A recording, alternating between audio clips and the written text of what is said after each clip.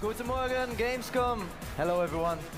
Goedemorgen, Chris. It's good to have you here. Looking serious, looking good. Yes. So we already heard quite a bit about the new update coming to Splatoon 2, but you're here to tell us all about it. Yes, so I have some additional research findings to share. So maybe we can start with the Manta Maria stage, and later on we'll move to the bubble blower. I would love that. Let's dive into it. All right. So our research shows that Manta Maria is a very long and also a very narrow stage. Yeah, it looks like it. What this means is that Inklings will often encounter each other, and it will be difficult to hold your ground. Speaking about the grounds, there are 3 masts on this giant boat, and those are covered by a large open area. So these will be the primary battle zones where the Inklings will fight it out. However, it's going to be difficult to defend these zones because there are a lot of different ways in which you can enter the zones. Yeah, I see. So, as Mr. Nogami said, it's not only about offense, but it's also about defense. 2 zones are going to be very, very crucial. The spot over here and the spot over here allow skilled Inklings to swim into enemy territory and cover the ground from there. So, you always have to be on your guard, because before you know it, the end of a map might look like this, and we can see that both teams have skillfully flanked each other, but have forgotten to defend their own zone. So it's not only about offense, it's also about defense, which will make Manta Maria a very exciting and thrilling match to play.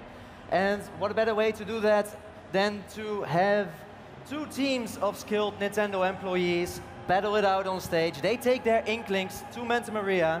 I would say, take it away. Yeah, we're also joined by our colleagues. For once, it's Bowie, who will be commentating the matches. Welcome. And also Filippo, buongiorno Filippo, who will be running the spectator camera. So we're looking forward to that. And we're diving into the match right now as both teams getting ready. I think we can start. If you guys are ready, looks like it. Let's go. Okay, excited to see our first match here on the Manta Maria. Looks glorious, it really does. So excited. Oh yes, okay, so the yellow team is our team on the far side over here, and the blue team on this side for everyone here who's watching, and it's underway. So obviously we're going to be using the spectator camera. We're going to see the overall map here, and you can see that obviously, as Chris said, it was very narrow and also very, very, very long. As our players, the blue team making their way along the right-hand side, whereas the yellow team going straight for that center. Less flanking going on right now. The yellow team have met there, but so far, no actual tussles yet from the 2. There's already the bubble blower. Sorry, the bees today executed. Being used. Yeah. So what you can do with that, as you can see, is these big old bubbles coming out. We're going to go into that a little bit later. So we're going to be watching player 5 just making their way back in, keeping a lot of space open so they can get some more points in as they go. I think one thing which you can already see is that Manta Maria has a lot of elevation. Yeah. What this means is that not only is it difficult to cover the ground because there are so many entry points into the 3 zones surrounding the masts, but it's also, once you have that zone, you can of course find a vantage point, but it also makes you vulnerable when you can get shot through the netting. Really good work there from player 5 as well, who was just pressurizing their opponent very, very nicely on that edge. Tried to go for the jump, but unfortunately missed it. So player 5 does fall down. So let's go back up. And we say player 2 here in the center, using the high point on that mast, just to control the center a little bit. But we're going to check in with player 1 now, who's making their way around that flank, going to try and maybe support their teammates and control that central point. Their special, the bubble blower, is ready, and going to be using that very, very shortly. As we can see, this yellow team does have control of the center, as blue team does also make their way across. Just on the right-hand side there, player 1 does have the ability to go in potentially and take them out. Yeah, so our research findings show that usually when one team is controlling the middle, it means that the other team, like what is happening here, is actually controlling the 2 other masts. So again, offense as a team is good, but don't forget to defend. It's a player 5 here who had a little bit of a moment. They're going to try and support their teammate, but looking around for that turf war. As important as it is to get those splats on your opponent, you really want to make sure you're covering as much ground. That's kind of what turf war is all about, as we all know. Player 7 here just using that roller to kind of try and cover as much as possible.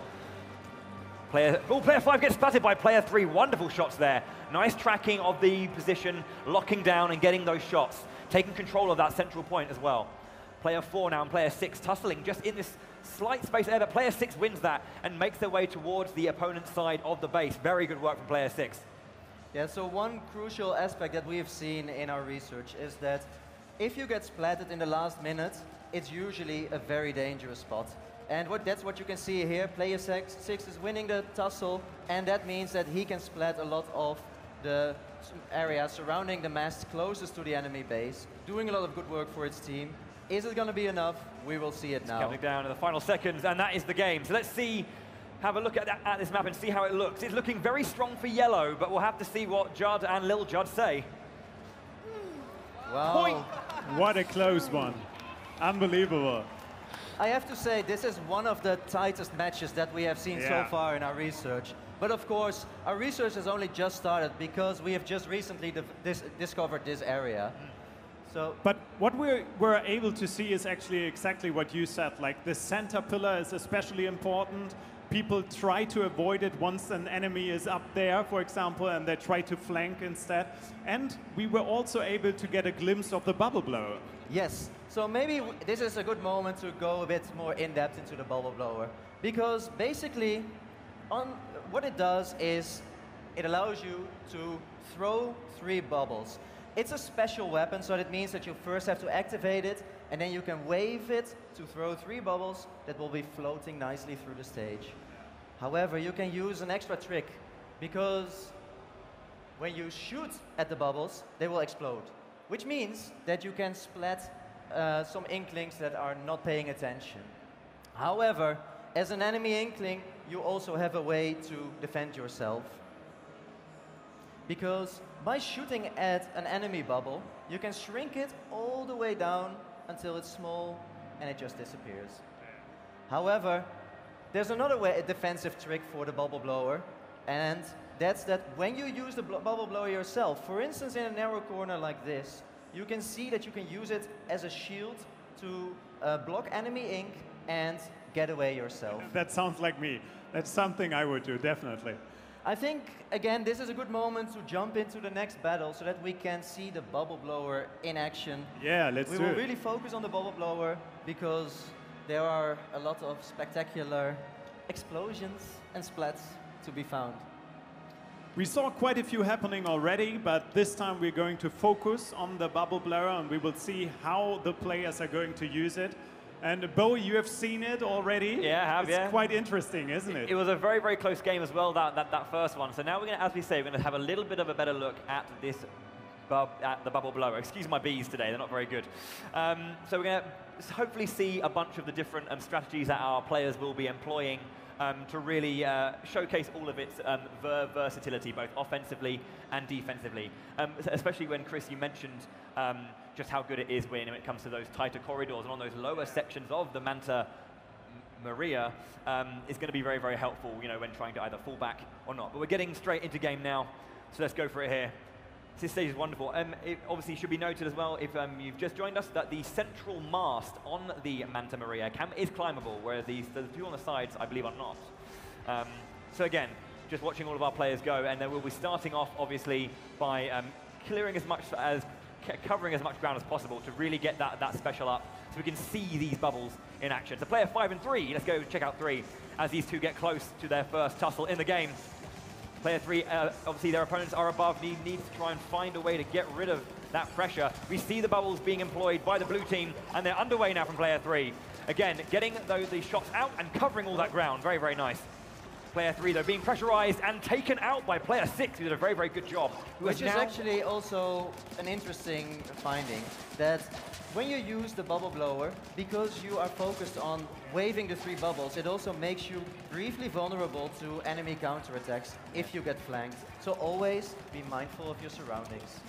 So yeah, do not just defensive in terms of blockading or by covering ground, but also a distraction technique, which I think is very, very nice about this, changing up the way it looks. So we can see now, let's have a look at player 6 and 3 who are tussling on the yellow side base. Player 6 trying to get away as player 3 is pressurizing on the back now. How will our players deal with this? Circling around each other. Ooh, player 3 just clutching that out very nicely. That Forge Spatter Shot Pro doing some good damage there. And player 6 looking to get that squid, that super jump in to the fray. Players 4 and 5 now, again tussling. Player 6 just going to try and cover as much as he can. You can see there's this lovely kind of dialogue between both teams. Player 3 just getting rid of that bubble, or trying to. There we go. And it's gone. Okay. Completely this is, as we mentioned before, you can neutralize these bubbles by shooting at them and making sure that they slowly disappear and don't splat into your face. Player 3, very nice, using the master to get that higher ground, and now pressurizing the opponent. Very good there from player 3. Getting the splat on player 8 as their opponent is going to push against them. Gets the double splat there from player 3, doing a really good job. And the bubble blower is active. 1, 2, and 3. And using those just to cover as much ground as possible. Really good work there from our Inkling here. Yes, that was actually a very clever trick to activate the bubble blower before falling down, because that way there was a shield of bubbles on different levels of elevation, so it was a much bigger shield. Okay, so player 4 now in the opponent's base, covering as much, using that flanking you were talking about Chris, to really get into the enemy base and kind of take them by surprise, blindside them with covering their side of the map. Yeah.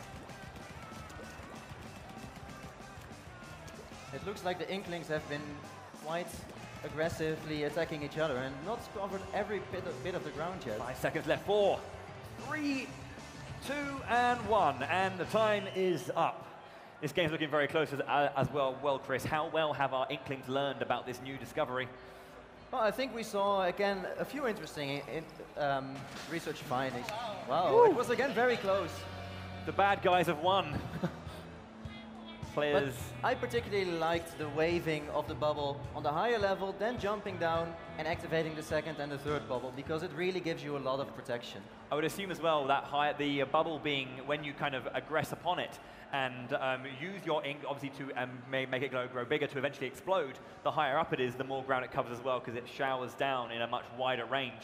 So obviously that height works on 2 levels, not only for regular weapons, but also for the blower as well. I have to say this is something that additional research is needed for. Fair enough. I would appreciate it if players will continue the research also in Splatoon 2 when the bubble blower becomes available. It will first become available as part of a set with the Forge Spatter Shot Pro from September 2nd. But before we go to that, let's jump into one more final battle. And I would like to once again raise attention to the central mast in Manta Maria, because this is the one that is climbable. And we saw some tough matches happening there already. So. Exactly. We already saw some people using the nets here to really ink all the way around them. And this is one of those strategies where it really pays off to find a higher ground. But of course, people can also attack you from all the different sides. So it's also dangerous. Let's see how our Inklings deal with that tip in the final round. Yeah, let's jump into game 3, and it was, for me, quite interesting to see how they used the bubble blower in a way that once one player saw the enemy's bubbles, and he didn't really know how to handle it. Like, do I just go back, or do I try to hit it to make it smaller? It's interesting to see how many ways are possible to use it. I think what's also important is that players have to make a decision. They're forced to make a decision, which can, if they're not ready for that particular usage, can, you know, put them on the back foot a little bit. And we also saw some players just like bubbling around and forgetting about their surroundings, something you mentioned before. Okay, so yeah, that's the thing. It's such an enjoyable weapon that you don't want to kind of like get caught up in the moment of this new exciting skill. So again, we're going to see player 5 really making their way straight towards the center there, as player 3 and 4 are just going to again push around the sides, or push around the sides of the center, as player 2 does a bit more housekeeping at the back. So players 3 and 5 now in the center. The higher ground for player 5, the lower ground for player 3. Just going to try and cover as much as they can here. You can see that line just appearing. Player 3 looking just to cover as much ground as possible. He has his bubble blower available now. 1, 2, and 3. He's got them going. and uses them to cover that ground very, very nicely. Ooh, wonderful double splat from player 3 immediately. Wonderful play. Actually, what I really liked even more was the way that the bubbles were blown, because they were shot sequentially, so they exploded into each other and really covered a lot of the ground. Gave him a good protection and also a good splatting. Oh, this is not looking good for player 4 right now. What a tough spot. Get out of there! Get out of there! Oh, that was inevitable, unfortunately, for player 4. Completely trapped in the opponent. Look at the yellow team now. Complete domination of that central point. Players 5, 6, 7, and 8 are going to have to do it. So we've got player 5 coming around the side now, and player 6 on player 1 as well. So we've got, let's have a look at player 6 as their bubble blower is activated. So many blue bubbles in the center. Okay, there we go. Player 1 taking that splat for him and then covering that ground as well. I'm liking that these individual bubbles are very much like the Rainmaker shield. Yeah. So they each work in that kind of property. They can be shot against if you want to get it, and then it explodes in your favor. But there's 3 of them. But one thing that we've already seen quite often, both in our research and today, is when activating the bubble, you often get splatted yourself. Yes. So, but it's worth it. Totally worth it. Because I mean, you do have to use up all of the bubbles first before you can get back into splatting. So you have to decide, do you want to, if you have a teammate with you, are you going to go in and throw that out and let your teammates deal with the bubbles one by one, or do you just want to get them all out and then you can deal with it yourself? You're defenseless in a way when you are actually using the bubbles, because you can't do anything, really. Timing is very important. This is a very, very close game, though, as the blue team are making a way to really push back into the yellow team's half, saying that player 4 getting inside the opponent's base, and again, using those bubbles to really cover some nice ground, and just taking away every tiny bit of percentage for the opponent. Very, very good. But the blue team have caught on, but a very nice counter splat from player 4. Holding his ground really nicely right now as we're into the last 10 seconds, but player 7 takes it back. Okay. How's it going to go as we finish it up? Can the blue team get the counter they need? 2, 1, and I think if my trained eye is ready, it looks like it's the good guys, the yellow team, taking this one with a clean 16.3% advantage. They finally get their victory. Indeed it is. So are you happy with your research? This was a beautiful display of the new Manta Maria stage and the bubble blower special weapon, I think. I would like to see additional research, but of course, players can help us with this, because Manta Maria, the stage, will become available from this Saturday, 26th of August. And the bubble blower, as a special weapon, will first become available as a set with the Forged Splattershot Pro weapon from September 2nd. So I am looking forward to seeing more research being done by all our Inklings across the globe. But not just across the globe, because I know that there's something special for everyone around here at Gamescom, right? You are entirely right, because we, as a special gift from the European Squid Research Lab, have provided you with Splatoon 2 here on the show floor, which includes the Manta Maria stage and also includes the bubble blower special weapon, so you can already test it out here at Gamescom. Awesome. So use this time wisely. Try to get ahead of your friends. That's what I would do at least. Right, Bowie? He laughs.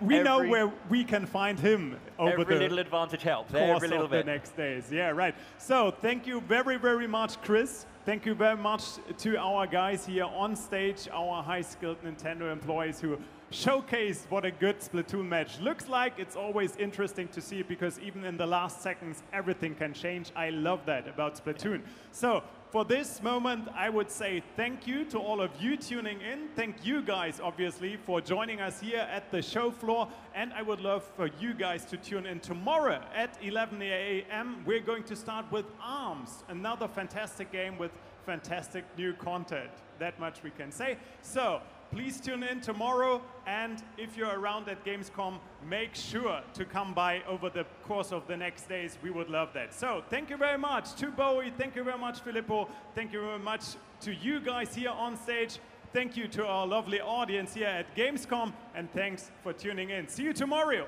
Bye.